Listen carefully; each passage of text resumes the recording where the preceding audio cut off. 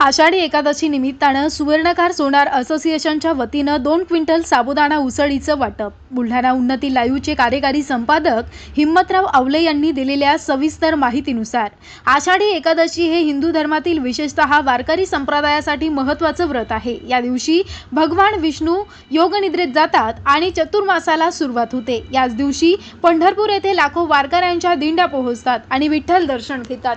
मेहकर तालुक्यातील जानेफळ येथील सुवर्णकार आणि सोनार असोसिएशनच्या वतीनं आषाढी एकादशीच्या निमित्तानं दरवर्षीप्रमाणे आज देखील 2 क्विंटल साबुदाणा उसळीचं वाटप करण्यात आलं। सर्वप्रथम येथील विठ्ठल मंदिरामध्ये सर्व सुवर्णकार बांधव विठ्ठल दर्शनासाठी जाऊन विठ्ठल चरणी प्रसाद आणि गुलाब पुष्प अर्पण केले जाते। त्यानंतर बस थांब्यावर एक मोठा स्टॉल लावून येथे विठ्ठल मूर्ती ठेवून सदर मूर्तीची पूजा दुय्यम ठाणेदार संतोष जाधव यांच्या हस्ते करण्यात आली। यावेळी ASI अरविंद चव्हाण यासह पोलीस बांधव व्यापारी नागरिक मोठ्या संख्येने उपस्थित होते। येथे शुद्ध पिण्याच्या पाण्याची व्यवस्था करून तेथे 2 क्विंटल साबुदाणा खिचडीचं वाटप करण्यास सुरुवात करण्यात आली।